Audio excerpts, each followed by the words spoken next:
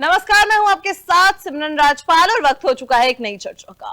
कटेंगे तो बटेंगे तो कटेंगे, इस नारे पर इतना घमासान क्यों? उत्तर प्रदेश के सीएम योगी आदित्यनाथ द्वारा दिया गया ये नारा हर रोज एक नया मोड़ ले रहा है। कभी ये एक रहेंगे तो सेफ रहेंगे बन जाता है, तो कभी ये एक रहेंगे तो नेक रहेंगे बन जाता है, तो कभी कहा जाता है कि बटेंगे तो निर्ममता से कटेंगे। अब बांग्लादेशी घुसपैठों का भी मामला इस नारे के साथ जुड़ चुका है और झारखंड में भी इस नारे का पूरी तरीके से प्रयोग किया जा रहा है। लेकिन अब उत्तर प्रदेश में एक और मोड़ आ चुका है। जो 13 नवंबर को उत्तर प्रदेश में चुनाव होने वाले थे, अब वो 20 नवंबर के लिए टल गए हैं। अब जो उपचुनावों की 9 सीटों पर वोटिंग है वो 13 की जगह 20 नवंबर को होगी। इस पर अब अखिलेश यादव और समाजवादी पार्टी ने बीजेपी को घेर लिया है। उनका कहना है कि बीजेपी नहीं चाहती है कि उन तारीखों पर वोटिंग हो और वो चुनावों को टालना चाह रहे हैं। साथ ही साथ उनका यह भी कहना है कि दिवाली को लेकर, छठ को लेकर लोग अपने घर आए होंगे, तो वोटर्स, जितना मुझे वीडियो में समझ में आया अखिलेश यादव की जो हमने बाइट देखी उसमें हमें यही समझ में आया, जो वो कहना चाह रहे थे ये था कि क्या कहते हैं, अगर जो लोग आए हुए हैं वो सब वोट डालेंगे तो बीजेपी के हारने के चांसेस ज्यादा बन जाते हैं। इन्हीं सब मुद्दों पर आज हम चर्चा करेंगे। हमारे साथ जुड़ रहे हैं अनिल गोयल जी भारतीय जनता पार्टी से, राकेश अहीर हमारे साथ जुड़ रहे हैं समाजवादी पार्टी से और रतन तिवारी हमारे साथ जुड़ रहे हैं कांग्रेस से। अब चर्चा शुरू करने से पहले हम आपको कुछ वीडियोस दिखाना चाहेंगे। वीडियो प्ले कर दीजिए प्लीज। यूपी में कोई मिनिस्टर या चीफ मिनिस्टर बटेंगे, हाँ, बटेंगे तो कटेंगे, किसको बोला? बांटने वाले ही तुम हो और काटने वाले भी तुम हो और दूसरों को बोल रहे बटेंगे तो कटेंगे। हुकूमत तुम्हारे पास, पैसा तुम्हारे पास, बुद्धि तुम्हारे पास, गरीबों को क्या दिया? इनको गुलाम रखने का तुम्हारा इरादा है।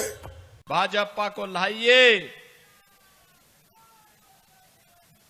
एक रहिए और नेक रहिए। मैं तो बार बार कहता हूं, देश का इतिहास गवाह है, इस देश का इतिहास गवाह है, जब भी जाति के नाम पर, क्षेत्र के नाम पर, भाषा के नाम पर बंटे हैं तो निर्ममता से कटे भी हैं। बहनों और भाइयों, राष्ट्र से बढ़कर के कुछ नहीं हो सकता, कुछ नहीं हो सकता। और राष्ट्र तब सशक्त होगा जब हम एक रहेंगे, नेक रहेंगे, तभी नेक रहेंगे। बटेंगे तो कटेंगे। आप देख रहे हैं ना, बांग्लादेश में देख रहे हो ना, तो वो गलतियां यहां नहीं होनी चाहिए। मुझसे कहते हैं योगी जी आप माफिया के खिलाफ इतना ज्यादा क्यों हैं? मैं कहता हूं भाई, ये गरीबों का खून चूसते हैं, ये गुंडागर्दी करते हैं, अराजकता फैलाते हैं।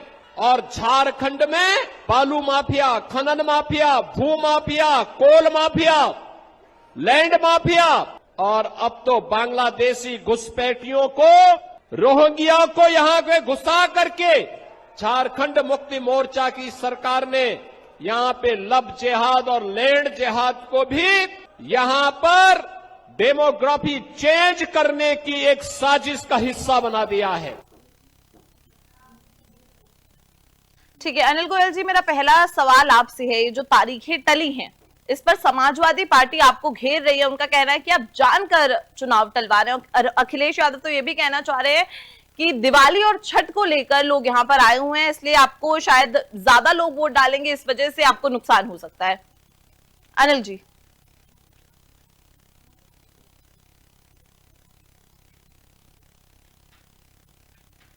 अनिल जी कब करानी है, कैसे करानी? आवाज आ रही है मेरी? जी जी सर, आ रही है।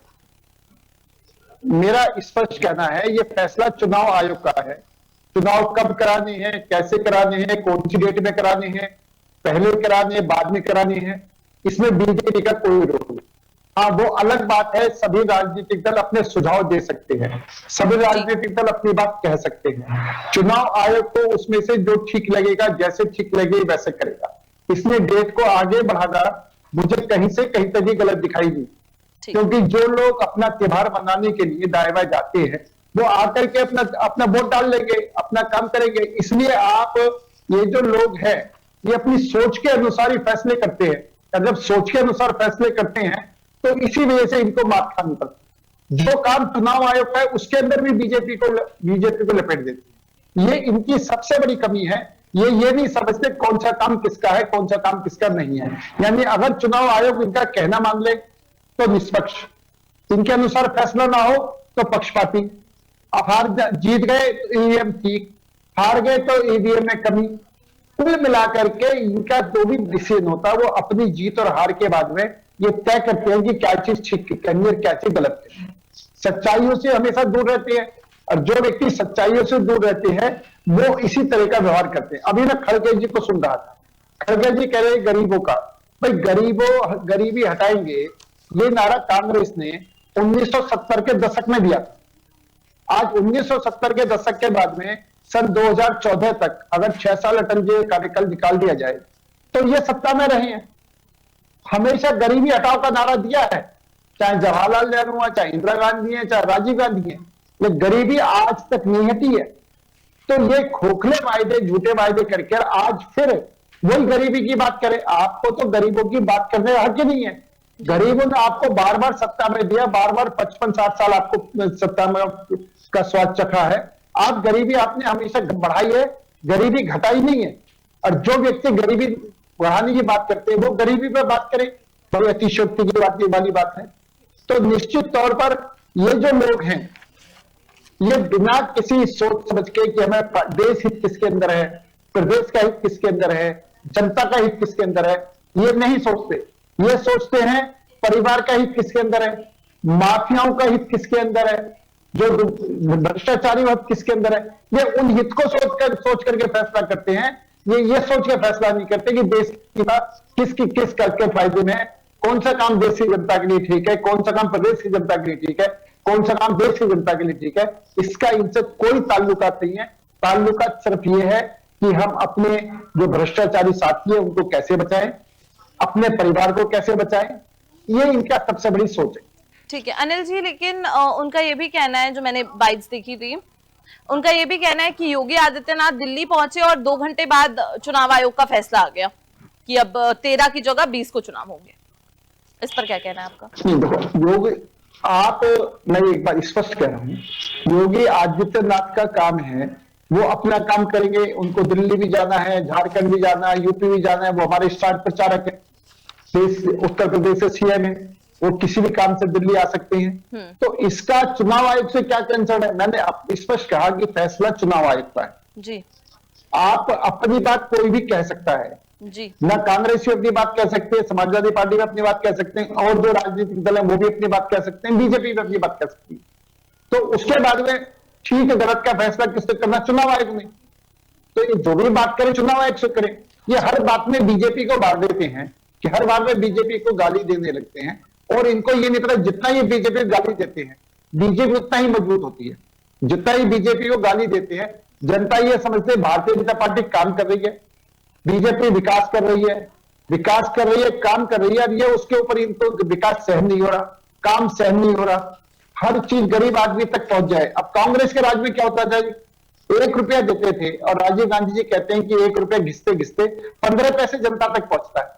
आज हम कहते हैं 1 रुपया देते, 1 रुपया जनता तक पहुंचाते हैं। तो ये हमारी नीतियां हैं कि गरीब से गरीब लोगों पर सरकार कैसे पहुंचे, गरीब से गरीब लोगों के लिए सरकार कैसे चिंता करके उसके हित के काम करे। इनका सिर्फ क्या था कि वो पैसा जाए और रास्ते में भ्रष्टाचार में छट जाए। अब अगर हम डिटेल में जाएंगे तो चाहे राशन कार्ड के हो, चाहे कैश कलेक्शन हो, जितना फर्जीवाड़ा निकला है उस फर्जीवाड़े से चीजें अपने आप ठीक होनी शुरू हुई।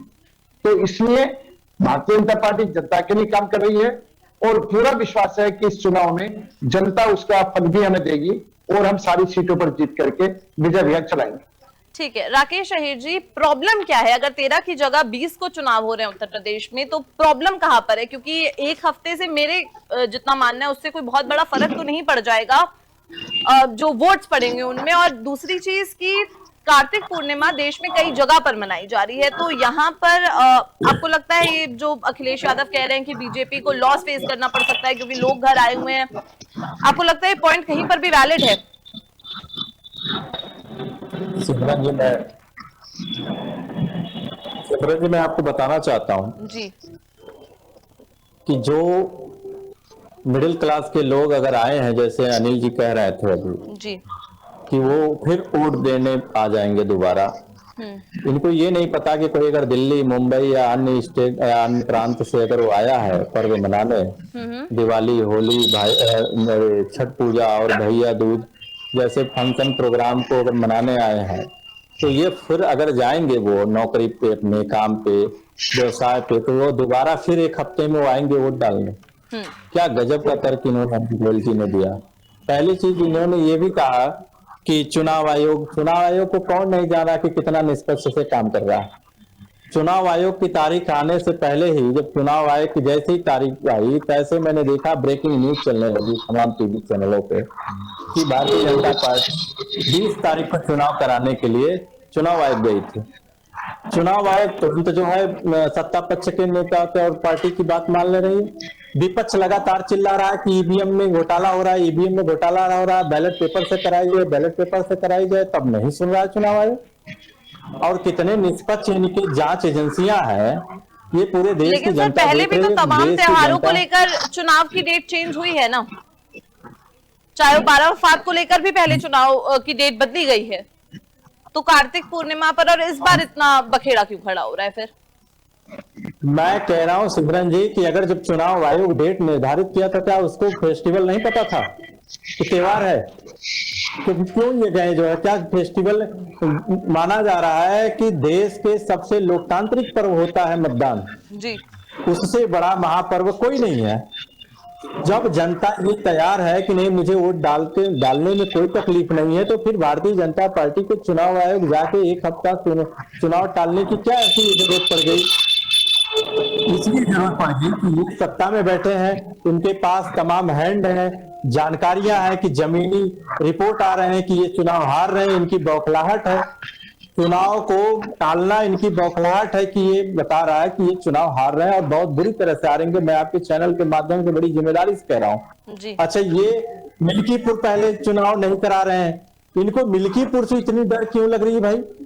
मैं कह रहा हूँ आप दिल्ली भी बैठे हैं, आप लखनऊ में बैठे हैं, आप लेकिन इतना काम कर रहे उनके हैं, जो तो गोरखनाथ बाबा थे, जितना मुझे पता है, आपको। याचिका उन्होंने तो वापस ले ली, लेकिन अब आपके जो वहां से विधायक थे वो कह रहे हैं कि नहीं सबकी बात सुनी जाए। गोरखनाथ बाबा ने याचिका डाला था, वो वापस ले लिया और उन्होंने ऑन मीडिया कहा।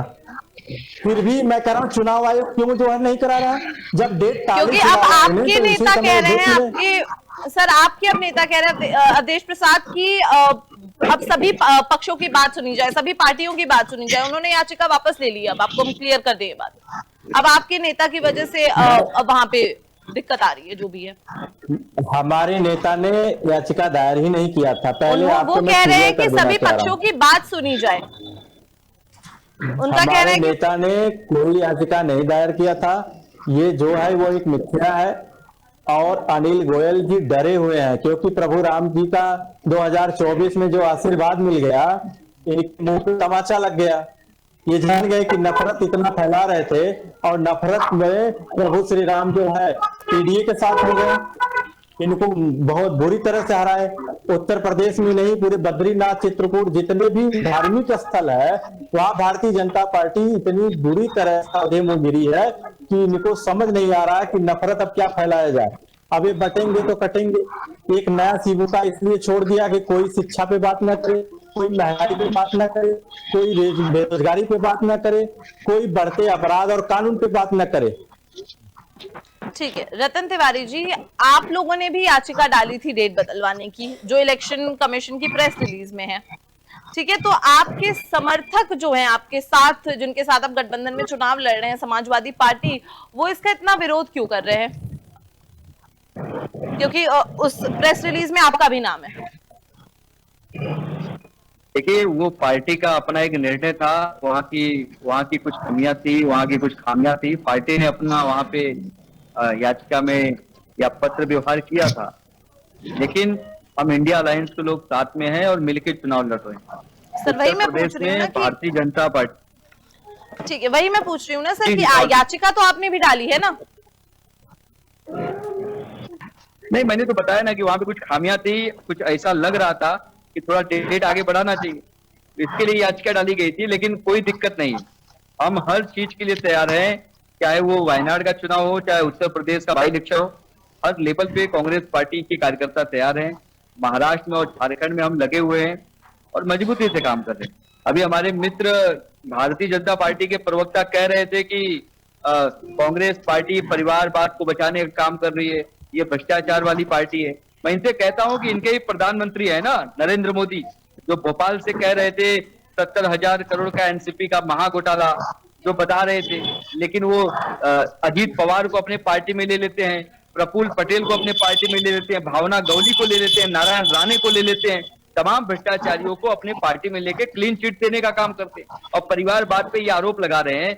इनके केंद्रीय मंत्री नारायण राणे केंद्र में मंत्री हैं और इनके नारायण राणे के दोनों पुत्र विधानसभा का चुनाव लड़ रहे हैं महाराष्ट्र में। एकनाथ शिंदे मुख्यमंत्री है, उनका लड़का सांसद है, तो पूरी की पूरी परिवारवाद की फहरिस्त इनके पास है और ये आरोप लगा रहे हैं। पहले अपने घर में झांक के देखें कि परिवारवाद सबसे ज्यादा अगर कहीं है तो भाजपा में है। कांग्रेस पार्टी ने अभी जहां पे मैं आपके साथ में डिबेट कर रहा हूं, यहाँ पे एक छोटा सा कार्यकर्ता, पार्टी का छोटा सा कार्यकर्ता जिसका परिवारवाद से दूर दूर तक संबंध नहीं है, वो विधानसभा का चुनाव लड़ रहा है। तो कांग्रेस पार्टी है जो जमीन के कार्यकर्ताओं को सीधा विधानसभा भेजने का काम करती है और इंडिया अलायंस के हम लोग हैं, हम लोग मजबूती से काम कर रहे हैं और भारतीय जनता पार्टी को सबक सिखाएंगे। ठीक है, मैं एक सवाल राकेश अहीर जी से लूंगी, फिर हम अनिल गोयल जी के पास वापस आएंगे। सर, जो राकेश जी, जो योगी आदित्यनाथ ने झारखंड में कहा कि कटेंगे तो बटेंगे, उनके नारे का ही एक्सटेंशन था। उन्होंने कहा कटे हैं बटे हैं तो निर्ममता से कटे हैं, और उन्होंने साथ ही साथ ये भी ऐड किया कि अगर हम बट गए तो मंदिरों में शंख और घंटी बजाना भी मुश्किल हो जाएगा। बीजेपी का ये आरोप है और साथ ही साथ उन्होंने आंकड़े भी दिए हैं। हम आपको बता दें कि वहां से उन्होंने अवैध घुसपैठ को भी जोड़ दिया है और 44% जो आदिवासी पॉपुलेशन थी संथल परगना में, अब वो घटकर 26 से 28% हो गई है। और वो ये भी पूछ रहे हैं आपसे कि अगर ये सारे इमाइग्रेंट्स हैं या अवैध तरीके से आए हैं तो उनकी वोटर आईडीज कैसे बन रही हैं?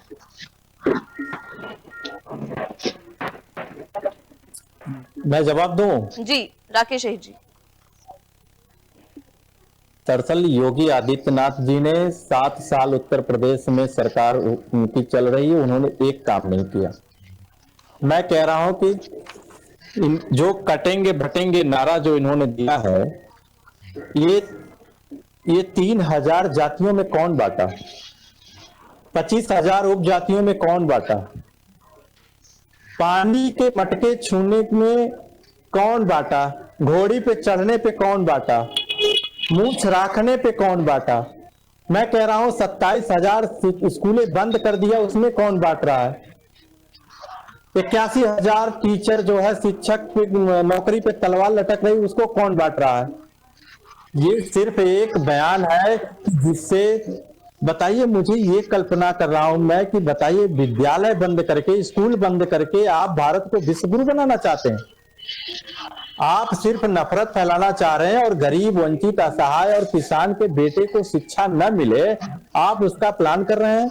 बटेंगे कटेंगे शोर में 1 हफ्ता से ज्यादा मैं देख रहा हूं इस नारे में पूरे चैनल शो कर रहा है। मैं व्यक्तिगत में 20 से 30 डिबेट में बैठ चुका हूं। 15 डिपो बस जो है प्राइवेट कर दिया गया, कल की खबर आई है। 15 इस सोर्स सर्वे में 15 depot station private Uttar Pradesh में कर दिया गया। ये कहीं भी खबर नहीं चलाई जा रही, न कहीं इस पे बहस किया जा रहा। सारे देश की जो है, जो कांग्रेस या जो अन्य सरकारें बनाई है, वो सिर्फ इन्होंने बेच रहे हैं, लगातार बेचते जा रहे हैं और कह रहे हैं कि हम कटेंगे तो बटेंगे। तो अरे भाई, मैं कह रहा हूं जाति जनगणना करा दीजिए। जाति जनगणना करा के जितनी जितनी संख्या बारी उसकी उतनी हिस्सेदारी। जो नारा है पीडीए का और जो सोशलिस्टों ने ये नारा दिया है, माननीय काशीराम जी ने जो नारा दिया है उसको साकार करिए। मैं कह रहा हूँ यूनिवर्सिटी में अनिल गोयल जी से मैं पूछना चाह रहा हूँ कि यूनिवर्सिटी में ओबीसी के कितने प्रोफेसर हैं, SC ST के कितने प्रोफेसर हैं, पूरे देश में कितने ओबीसी के प्रोफेसर हैं, कुलपति वाइस चांसलर कितने हैं? ये काम कुछ नहीं करेंगे, सिर्फ नफरत फैलाएंगे। और मैं आपको बहुत जिम्मेदारी से फिर पुनः कह रहा हूं, ये 10 के 10 9 सीटों पे ये चुनाव हारने जा रहे हैं और मिल्कीपुर भी हारेंगे। सिमरन जी देखते रहिएगा, ये मिल्कीपुर अकेले चुनाव लड़ेंगे, फिर भी ये मिल्कीपुर हारेंगे और इतनी बुरी तरह इनको हारेंगे कि इनको शायद बेईमानी करना होगा या पूरे प्रशासन लगा के नंगा नाच करना होगा, तब जाके ये जीत पाएंगे। अनिल गोयल जी, वो आप पे तमाम तरीके के आरोप लगा रहे हैं, नफरत करने का आरोप लगा रहे हैं वो आप पे, वो ये भी दावा कर रहे हैं कि 9 की 9 सीट वो ले जाएंगे, मिल्कीपुर पे भी आपको हराने की बात कर रहे हैं वो, और भी तमाम तरीके के उन्होंने आप पर आरोप लगाए। तो इस पर आपका क्या कहना है अनिल जी? सिमरन जी, मुंगेरी डाल के हसीन सपने देखने में कोई बुराई, इन्हें देखने भी चाहिए। अभी ये सारी बात कर रहे थे तो मैं अभी इन्होंने ओबीसी की बात करी, जरा ये बताएंगे जहां पर इनके गठबंधन की सरकारें हैं वहां पर कितने ओबीसी, कहां पर कितने कितने लगे हुए हैं, क्या ये बता सकते हैं? जहां पर इनकी जब जिसकी बात कर रहे हैं, क्या इन्होंने कुछ ऐसा करके दिखाया या सिर्फ ओबीसी का रोना रोना है? हमने तो ओबीसी का प्रधानमंत्री भी दिया हुआ है भारतीय जनता पार्टी, जो सर्वे सर्वा है, लेकिन आप ओबीसी नाराज। राकेश जी मैं आपको सुन रहा था, मुझे बहुत आसानी से सुना, मैं आराम से सुन रहा था, सुन लो। उन्होंने आपके बीच में नहीं बोला। राकेश जी प्लीज, राकेश जी प्लीज उन्हें बात पूरी करने दीजिए। राकेश जी आपको पूरा मौका मिलेगा, प्लीज बोलिए। मैं बिल्कुल स्पष्ट तौर से कह रहा हूं कि हम ओबीसी के लिए काम कर रहे हैं, ये ओबीसी के लिए नारा लगा रहे हैं। तीसरा, जातीय जनगणना की बात करते हैं, इनके गठबंधन में 2011 में जातीय जनगणना हो गई थी, उसको इन्होंने अभी तक डिक्लेयर क्यों नहीं करा? ये क्या इनकी मजबूरी थी जातीय जनगणना करने वाले उसको डिक्लेयर नहीं करना? दूसरा, फिर में भी अगर ये इनकी आंखें अपनी है और हम जातीय जनगणना की बात करते हैं तो जहां पर इनके इंडिया गठबंधन की सरकारें हैं वहां पर क्यों नहीं जातीय जनगणना की बात करें? मेरा बगल में छुई जनता को कर रहे हैं, जहां ये कर सकते हैं वहां कर नहीं रहे हैं और हमारे ऊपर दबाव बना रहे हैं। हमने निश्चित तौर पर देश में जो होगा वो हम करेंगे। अभी इन्होंने कुछ नाम लिए, अजीत पवार के, प्रफुल्ल पटेल के, नारायण राणा, जिनके भी इन्होंने नाम लिए, क्या ये भ्रष्टाचारी ही मान लें कि आपके राज में, आपके शासनकाल में उन्होंने भ्रष्टाचार करा है? जब से हमारे पास आए हैं एक भी भ्रष्टाचार साबित तो बता दो। एक बात। दूसरी बात, जो इन्होंने पिछले भ्रष्टाचार है, जांच एजेंसी अपना काम कर रही है, जहां पर वो गलत होंगे उनको सजा मिलेगी, लेकिन क्या ये तो माने कि वो तो तुम्हारे राज में उन्होंने भ्रष्टाचार करा है? आप ये तो स्वीकार करो कि आपके राज में उन्होंने भ्रष्टाचार करा, आपने उसको भ्रष्टाचार को होने दिया, आपने भ्रष्टाचार को पनपने दिया। इस बारे में ये एक शब्द भी नहीं कहेंगे। और दूसरी बात तो बड़ा स्पष्ट कह रहा हूं, जो प्रभु राम के भक्त की बात करते हैं, जो व्यक्ति राम भक्तों पर गोली चलवाए, राम भक्तों पर लाठी चलवाए, मुलायम सिंह के आंख के नाम से मशहूर हो, जो व्यक्ति भगवान राम के प्राण प्रतिष्ठा के अंदर जो गठबंधन वहां पर बुलाने के बाद में दर्शन करने नहीं जाए, वो आज प्रभु राम की मत करें, ये वोटों की राजनीति कर रहे हैं।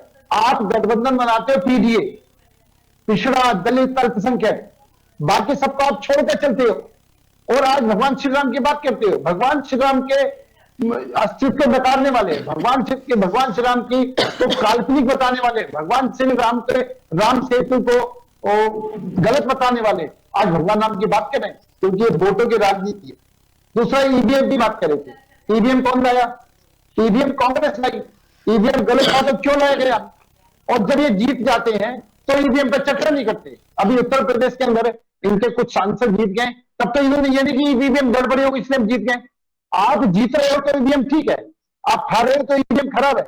इस तरीके से बात नहीं चलेगी। और मैं निश्चित तौर पर इन सबके जो दर्द हो रहा है, दर्द यही हो रहा है कि चाहे जमीन माफिया हो, चाहे रेत माफिया हो, चाहे खनन माफिया हो, चाहे लव जिहाद माफिया हो, चाहे तो हम हर माफिया के खिलाफ कार्रवाई कर रहे हैं और कार्रवाई करेंगे।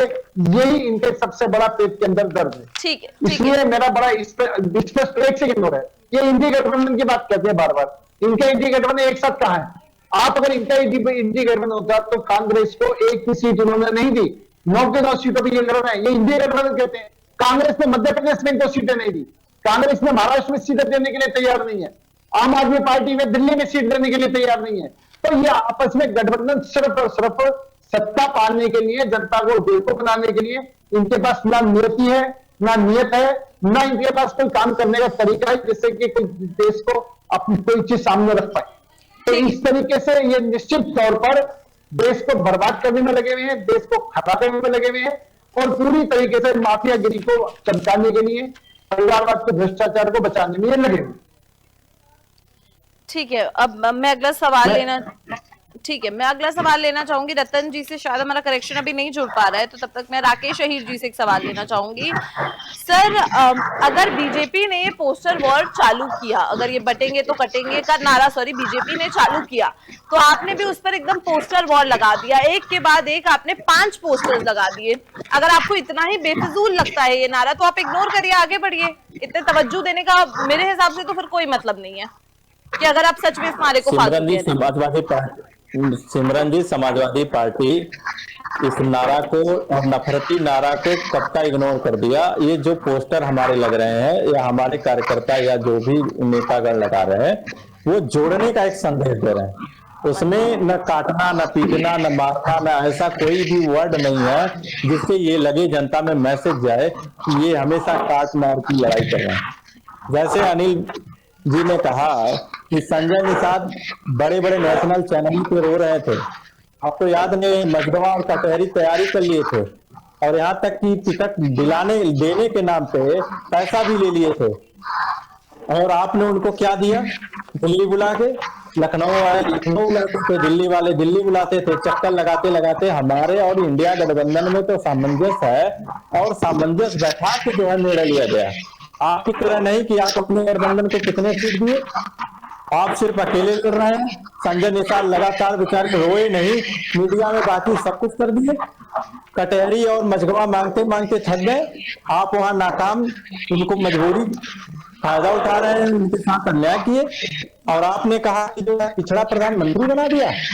आपको ये नहीं लग रहा है कि 800 से ज्यादा दिनों में इको गार्डन में 69,000 के आरक्षण, पिछड़ा आरक्षण घोटाला के मामले में लोग धरना बैठे हैं, आपका जरा से भी पसीना नहीं जो है सामने है कि नहीं आप जाके इको गार्डन में बैठे और उनके साथ बात करें।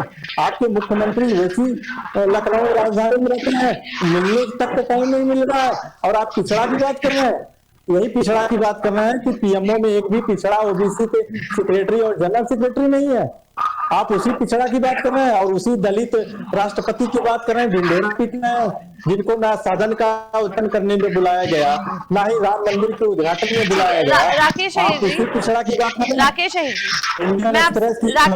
सिमरन जी, मैं नहीं रोज दुरुस्त करना चाह रहा हूँ, बस 1 मिनट है। राकेश जी, मैं भी आपसे एक सवाल लेना चाहूंगी कि हरियाणा चुनावों में देखा गया कि इंडिया अलायंस को कांग्रेस पर बहुत भरोसा था कि इस बार तो शायद कांग्रेस हरियाणा में जीत ही जाएगी, पूरा कॉन्फिडेंस दिख रहा था। लेकिन जैसे ही कांग्रेस हारी, आपने कई नेताओं के बयान आए कि जहां बीजेपी कांग्रेस की डायरेक्ट फाइट होती है वहां कांग्रेस कमजोर पड़ जाती है, इस तरीके के बयान आए सामने।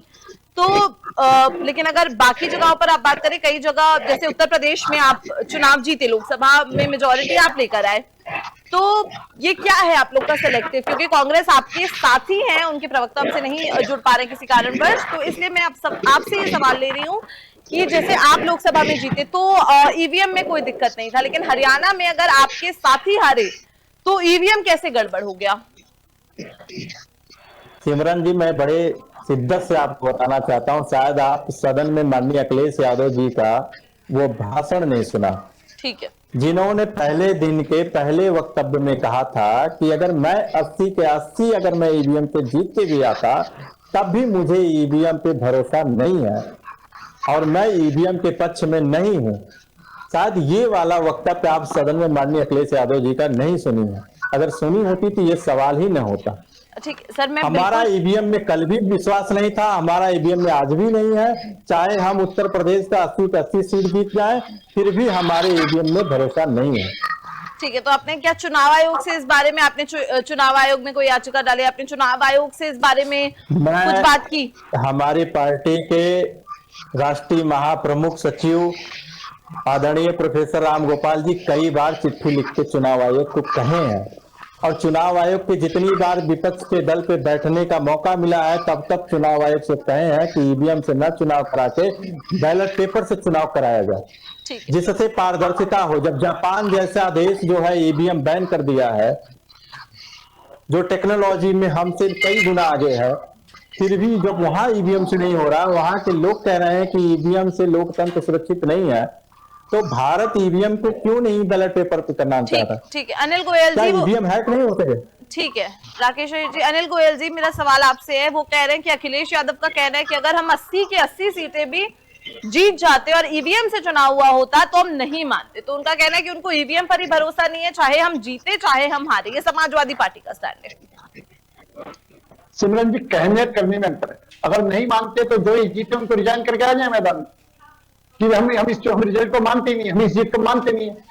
मानते नहीं है कह दिया और शपथ ग्रहण कर ली, क्या मतलब इस बात का? नहीं मानते हैं तो रिजाइन क्यों नहीं कराई उन्होंने सब सीटों पर कि हम रिजाइन करते हैं, इस रिजल्ट को नहीं मानते। दूसरा, ईवीएम इनके गठबंधन कांग्रेस लाई थी, ईवीएम को लेकर कांग्रेस आई थी, कांग्रेस से जवाब मांगे ईवीएम क्यों लेकर आई, किसके कहने से ईवीएम लेकर आई? क्या वो भ्रष्टाचार के लिए ईवीएम लेकर आई? क्या बदलने के लिए ईवीएम ने लेकर आई? और जब ईवीएम वाले चुनाव आयोग स्पष्ट कहता है तुम आओ देखो, आप बताओ कहां पर गलत है, आप बताओ कैसे हैंग हो सकता है, आप बताओ कहां गलती हो सकती है। एक आदमी भी जाकर के बताने के लिए तैयार नहीं, सिर्फ बदनाम करना, देश को बदनाम करना, इसके अलावा इनके पास कोई बात नहीं। और अभी ये कह रहे थे, अभी हमारे गठबंधन के साथी बारे में कह रहे थे, क्या कांग्रेस आपके साथ मजबूरी में लगी? आपने भी कांग्रेस को एक सीट भी नहीं दी, आपने भी कांग्रेस को एक सीट नहीं दी, कांग्रेस की मजबूरी लगी हुई है। आपको भी कांग्रेस ने मध्य प्रदेश में एक सीट नहीं दी, क्या आप भी उसके साथ मजबूरी लगे नहीं है? कांग्रेस आपको सीट नहीं दे तो भी आप गठबंधन के हिस्सेदार, आप कांग्रेस सीट ना तो भी आप गठबंधन के हिस्सेदार, आम आदमी पार्टी कांग्रेस सीट ना तो भी गठबंधन के हिस्सेदार। तो आप अपने मुंह में अपने गिरबान में झाके सर, आप अपने यहाँ देखें कि कितनी अव्यवस्था तुम्हारे यहाँ पर हो रही है और किस तरीके से। दूसरी बात मैं बड़ा स्पष्ट कहना चाहता हूं, आप लोग नकल माफियाओं को बढ़ावा देते हैं। आप लोग कहते हैं कि हम सत्ता में आएंगे तो जितने भी मुकदमे चले नकल वाले सब नकल खत्म कर देंगे। आप लोग जो है ये कहते हैं अगर कहीं लड़की के साथ कुछ बलात्कार वगैरह हो जाता है तो आप कहते हैं लड़के हैं, गलतियां हो जाती हैं। ये आपकी महिलाओं के प्रति सोच है। ये माननीय मुलायम सिंह जी का कहना है, माननीय मुलायम सिंह के वक्तव्य लड़के हैं, गलतियां हो जाती हैं। तो ये महिलाओं के प्रति आपका सम्मान है। नकल माफियाओं का कि जो बच्चे नकल में पकड़े सबके मुकदमे खत्म कर दिए जाएंगे, नकल माफियाओं को बढ़ावा देने का मामला है। कांग्रेस को आप टिकट नहीं देते हो, कांग्रेस को आपको गठबंधन में मजबूरी बेचारी तुम्हारे साथ लगी हुई है तो उसकी मजबूरी तुम समझने को तैयार नहीं हो। आप हमारी मजबूरी पर हमसे बात कर रहे हो, आपको अपनी मजबूरी याद नहीं आ रही। एक राष्ट्रीय पार्टी, ठीक है अनिल जी हमारे साथ रतन तिवारी जी वापस से जुड़ चुके हैं। रतन जी, ईवीएम पर जो आप बार बार सवाल खड़ा करते हैं उस पर अभी अनिल जी बात कर रहे थे। वो कह रहे थे कि आपको ईवीएम पे जहां जीतते हैं भरोसा हो जाता है, जहां हारते हैं वहां आपको ईवीएम गलत लगने लगता है। तो इस पर मैं आपकी एक प्रतिक्रिया लेना चाहूंगी। और मल्लिकार्जुन खड़गे ने कहा कि बीजेपी ने बांटने का काम किया है। आपने शायद स्टार्टिंग में वो वीडियो देखी भी होगी, सुना भी होगा आपने कि मल्लिकार्जुन ने कहा कि बटेंगे तो कटेंगे, तो बांटने का काम किसने किया? तो किस तरीके से आपको लगता है वो कहना चाह रहे थे कि बीजेपी ने या किसने बांटने का काम किया है? देखिए, ईवीएम के ऊपर कांग्रेस पार्टी ने कभी सवाल नहीं उठाया है। सवाल अगर कोई उठाया है तो इनके पूर्व राज्यसभा के सांसद सुब्रमण्यम स्वामी ने 2009 में सुप्रीम कोर्ट में याचिका लगा के बताई थी कि कांग्रेस पार्टी ईवीएम हैक करती है।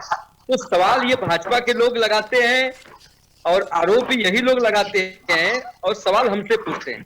दूसरी बात, मल्लिकार्जुन खड़गे ने साफ तौर पे कह दिया कि संवैधानिक पद पर बैठा हुआ एक देश का मुख्यमंत्री लोगों को बांटने का काम कर रहा है। देश के संवैधानिक पद पर बैठा हुआ प्रधानमंत्री भाई को भाई से लड़ाने का काम कर रहा है।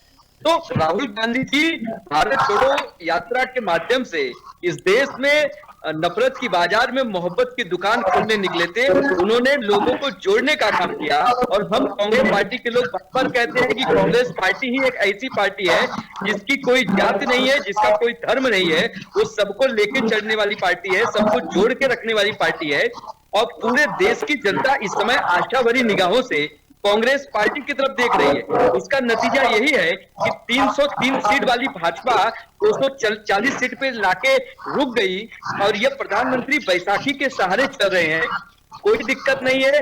भाजपा जितना भी नफरत फैला ले, जितना जहर बोले, भाई को भाई से लड़ा ले, वो कुछ भी कर ले, उनके पास धन है, बल है, सत्ता है, सिंहासन है, ईडी सीबीआई जैसी एजेंसियां इनके पास है। लेकिन कांग्रेस पार्टी का एक एक कार्यकर्ता इनका डट के मुकाबला करेगा, इनका मुंहतोड़ जवाब देगा।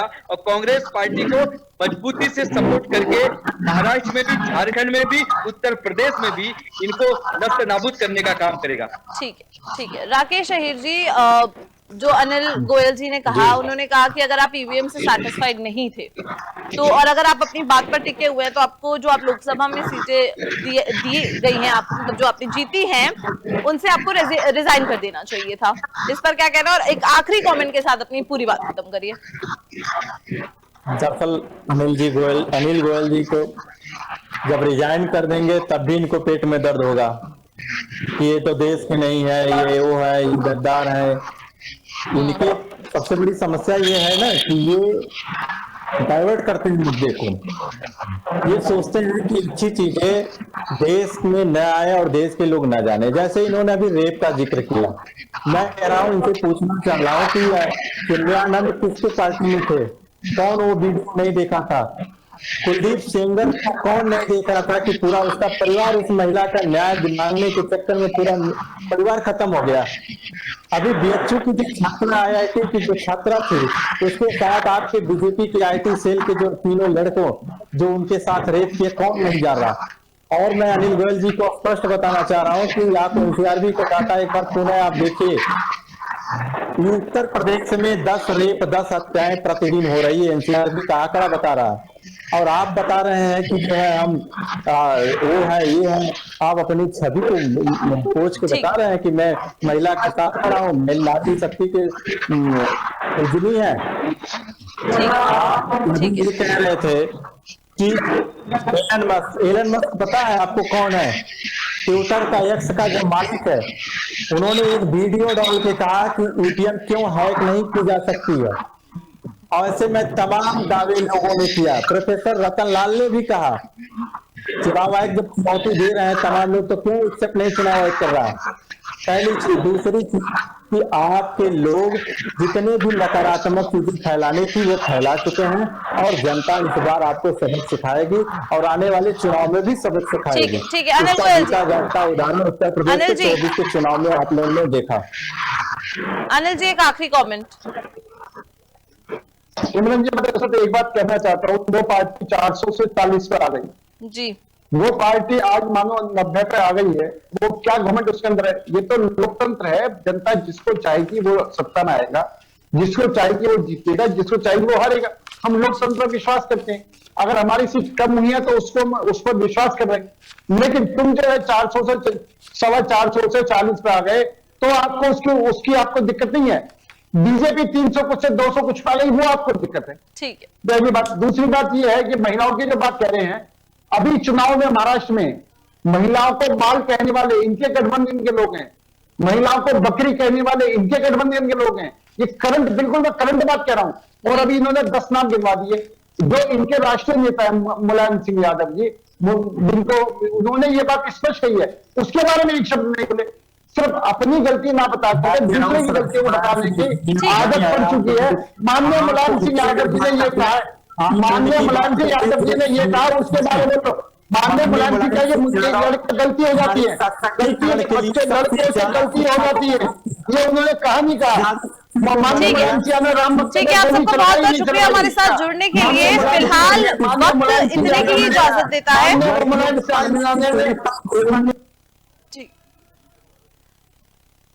उत्तर प्रदेश में अब जो होने वाला है वो तो देखने वाली बात होगी। और ये जो नारा है बटेंगे तो कटेंगे, ये क्या नया मोड़ लेता है? अब क्या इस पे नया एडिशन होता है? क्या जवाब देता है विपक्ष? सरकार वापस से क्या लेके आती है इस नारे में नया? वो तो देखने वाली बात होगी। और उत्तर प्रदेश में जो अब चुनावों की तारीख टली है, उस पर भी अब एक सियासी घमासान शुरू हो चुका है। अब ये क्या नया मोड़ लेगा, ये भी देखने वाली बात होगी। फिलहाल के लिए इतना ही। बने रहे हमारे साथ। नमस्कार।